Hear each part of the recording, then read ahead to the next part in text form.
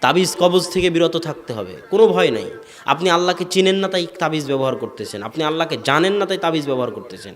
আপনার আল্লাহকে চিনার জানার কমতি আছে, আল্লাহকে আরও চিনেন আরও জানেন, আপনার তাবিজ ব্যবহার করার আপনি মুখাপেক্ষী থাকবেন না। আল্লাহকে চিনার জানার অভাবে আপনি তাবিজ ব্যবহার করতেছেন, তাবিজ খুলে ফেলে দিন। ওর মধ্যে আল্লাহর অপমান আছে, কোরআনের আয়াত দিয়ে হলো অপমান আছে। কোরআনের আয়াত দিয়ে চিকিৎসা করা যায়। আল্লাহ বলেছে কোরআনের আয়াত শিফা লিন-নাস, মানুষের জন্য শিফা, কিন্তু সেটা দুই ধরনের। এক, কোরআনের আয়াত পড়ে নিজেই নিজেকে ফু দেওয়া, অথবা কোরআনের আয়াত পড়ে আরেকজনকে ফু দেওয়া, অথবা কোরআনের আয়াত পাঠ করে পানিতে ফু দিয়ে সেই পানি পান করা, এই দুইটা পদ্ধতি। এর বাইরে কোরআনের আয়াত লিখে ঝুলাতে হবে এরকম কোনো পদ্ধতি সাহাবীদের পক্ষ থেকে পাওয়া যায় না। তবে আপনাকে মনে রাখতে হবে যে নিজে পড়ার মধ্যে গুরুত্ব সবচেয়ে বেশি।